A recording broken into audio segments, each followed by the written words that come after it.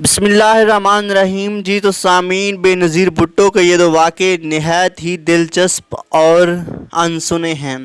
अख्तर वक़ार अज़ीम ने नईम बुखारी पर अपने मज़मून में ज़िक्र किया कि उन्होंने बेनज़ीर भुट्टो का इंटरव्यू किया तो अंदाज़ा हुआ कि बीबी एक मंजी हुई ब्रॉडकास्टर हैं। उन्हें इंटरव्यू देने का ख़ास सलीका था, इसलिए वो किसी तेज़ से तेज़ और तोश से तोश सवाल का जवाब भी बिला झिझक दे देती थीं। इस इंटरव्यू में नईम बुखारी ने 2-4 बार कहा कि बीबी आप अवामी लीडर हैं, आपसे लोग इश्क करते हैं। इंटरव्यू ख़त्म हुआ तो बीबी, जो एक मोहतात इंसान थी, उन्होंने अपने साथियों से पूछ लिया कि ये क्या बार बार इश्क की बात कर रहा था, क्या ये मुनासिब है। प्रोग्राम के प्रोड्यूसर ने तब उन्हें समझाया कि बीबी, जो आप समझ रही हैं उस इश्क से वो मुराद नहीं।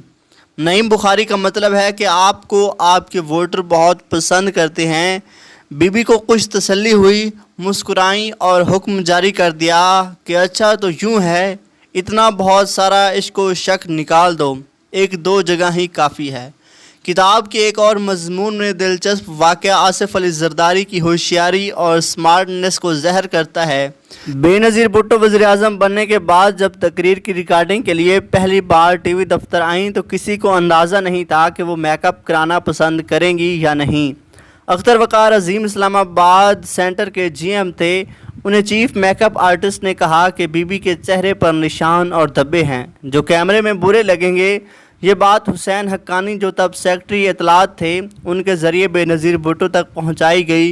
वो मेकअप के लिए फ़ौरी तैयार होंगी। आसिफ ज़रदारी भी मौजूद थे। उन्होंने कहा, चेहरे पर निशान तो बीबी के सियासी जद्दोजहद और स्ट्रगल के तर्जमान हैं, उन्हें ऐसा ही रहना चाहिए।